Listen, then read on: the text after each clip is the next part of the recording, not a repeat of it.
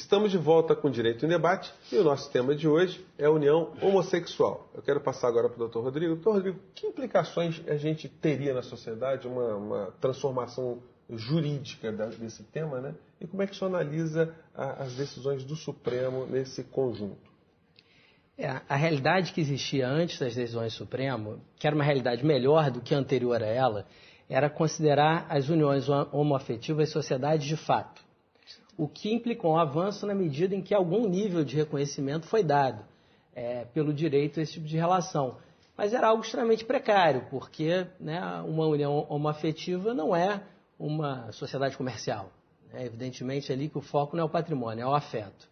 Portanto, a decisão do Supremo de equiparar os efeitos das uniões heteroafetivas às uniões homoafetivas foi absolutamente um avanço civilizatório no nosso contexto, né? Não há nenhuma justificativa constitucionalmente idônea para se diferenciar casais homossexuais e heterossexuais, né? A única razão, é preciso falar claramente, é o preconceito, né?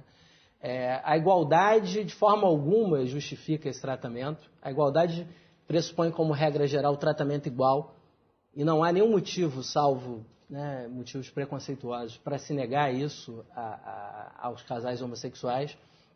O direito fundamental à liberdade é um fundamento constitucional importante, já que é uma decisão absolutamente existencial, definir com quem você vai viver, com quem você vai ter uma união duradoura.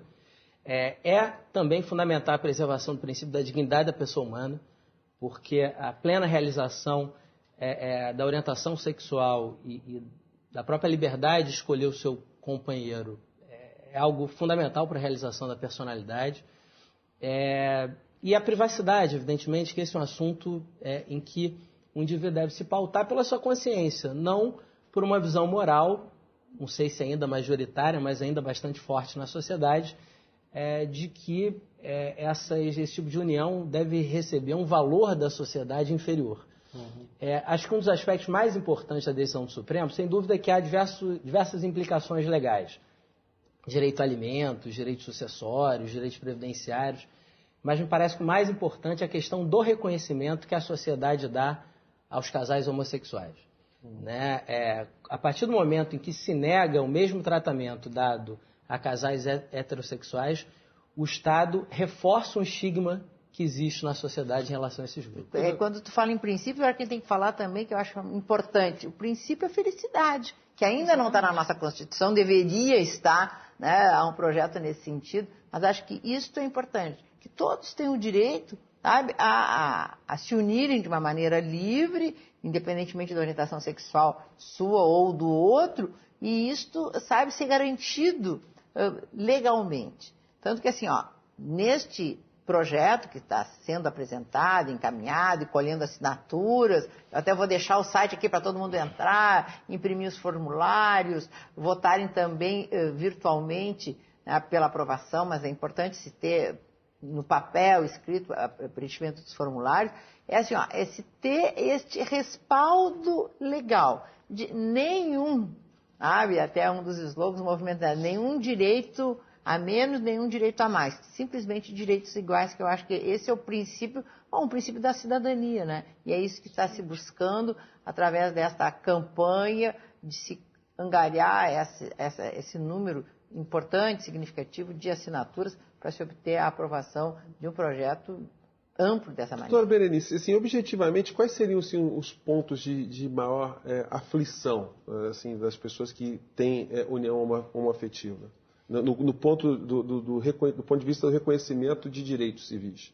Em primeiro lugar, assim, é até a dificuldade de reconhecer que tem direitos porque não tem nada na lei. Então, não se busca um advogado porque, acho que eu não tenho direito, porque eu sou marginalizado, eu sou excluído, sabe, pela minha própria família. Então, como buscar o direito? Depois, assim, em que porta bater?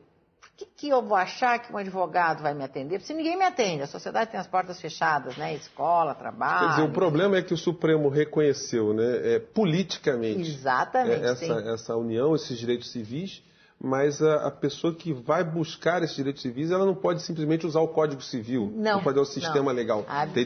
Teríamos que ter uma lei específica. Né? Exatamente. E é isso que uma das finalidades das comissões da diversidade sexual, a AB aqui do Rio de Janeiro é extremamente ativa nesse sentido, e até assim, a capacitação, a qualificação dos advogados para trabalhar com esse que eu considero um novo ramo do direito, que há que ser sistematizado, enfim, e introduzido e debatido nas universidades. Acho que isso tem que ser uma disciplina dentro das faculdades de direito a serem Doutora Berenice, discutidas. a gente está fazendo um debate aqui de alto nível, né?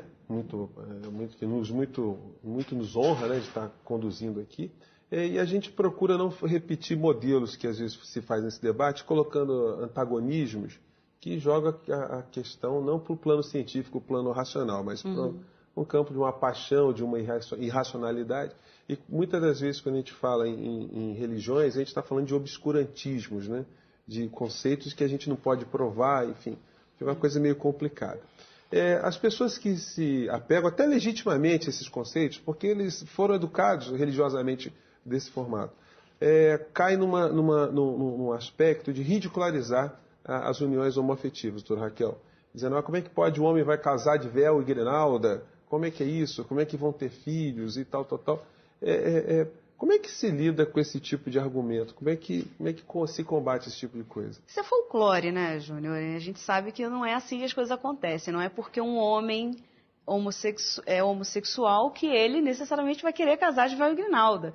Isso é um pouco da ignorância. Ou uma mulher de terno, né? Ou uma mulher de terno. Isso é uma questão assim, até de ignorância mesmo, porque existem a sigla, né, LGBT, que é a mais conhecida da população. A gente está falando de lésbicas, gays, bissexuais, transexuais, travestis, transgêneros.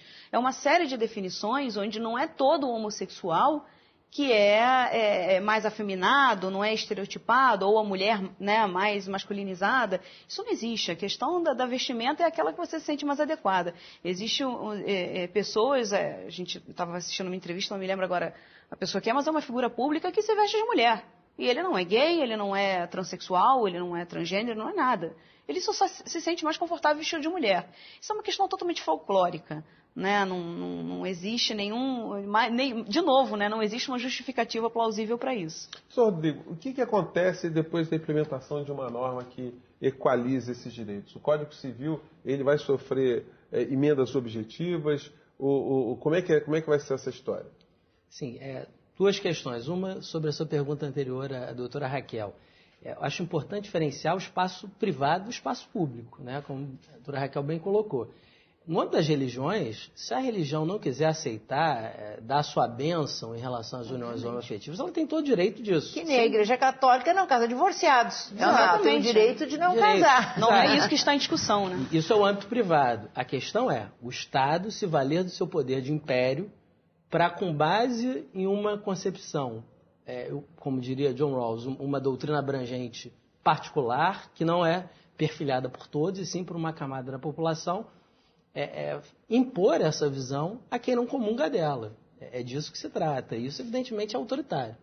Né? Em relação à questão da implementação, a desembargadora Maria Berenice disse bem, o Supremo deu um passo, né, monumental na evolução dessa discussão, tem todos os méritos disso.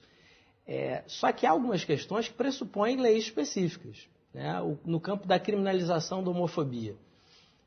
Por mais que esse ativismo judicial seja do bem, no sentido de proteção de minorias estigmatizadas no processo político, há limites ao que o Supremo pode fazer. O Supremo não pode estabelecer tipos penais absolutamente novos.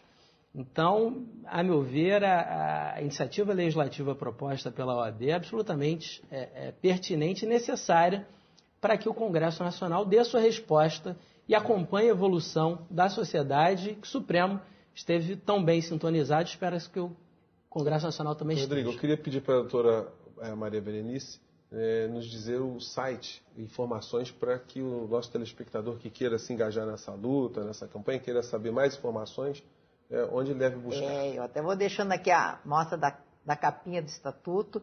Acho que é importante a participação de todos no site www.direitohomoafetivo, tudo junto, com H no meio, né, .com.br. Ali estão todas as instruções.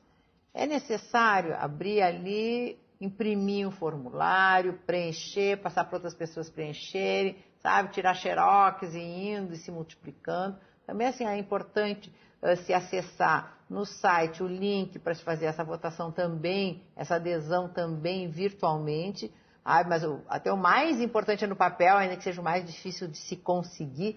E ali também está o texto de todo o estatuto, as propostas de emenda constitucional que já estão em tramitação. E nós precisamos dessa que é um microsistema, que se chama, que é uma lei, né, que traga toda essa legislação e a modificação toda das leis vigorantes. Então, a lei da legislação que chama infraconstitucional, está escrito lá homem, ou está escrito homem e mulher, ou está falando casamento, ou está falando em cônjuge, sabe? A proposta traz a adequação de toda a legislação previdenciária, por exemplo, que é anterior até à Constituição Federal, sabe? O Código Penal, que fala em agravante, quando é contra cônjuge, não, é contra cônjuge e companheiro. Então, é importante as pessoas aderirem. Não é só o homossexual aderir, ninguém vai virar homossexual por aderir essa campanha, sabe? Mas eu acho que é uma questão de cidadania. E a gente lembra que a OAB fez um seminário de 2 semanas sobre o tema do nosso programa de hoje, mas o nosso debate não acaba aqui, ele continua na internet. Você pode rever o nosso programa no site da OAB Seção Rio de Janeiro, acessando www.oabrj.org.br. Você também pode mandar suas críticas e sugestões para o nosso e-mail, que é direitomdebate@oabrj.org.br. Agradeço muito a participação dos nossos convidados de hoje. A doutora Raquel Castro, ela que é presidente da Comissão de Direito Homoafetivo da OAB Seção Rio de Janeiro. A doutora Maria Berenice Dias, ela que é presidente da Comissão Nacional de Diversidade Sexual do Conselho Federal da OAB. E também agradecemos a participação do Dr. Rodrigo Brandão, ele que é professor da UERJ. A gente se encontra na semana que vem em mais um Direito em Debate. Um grande abraço e até lá.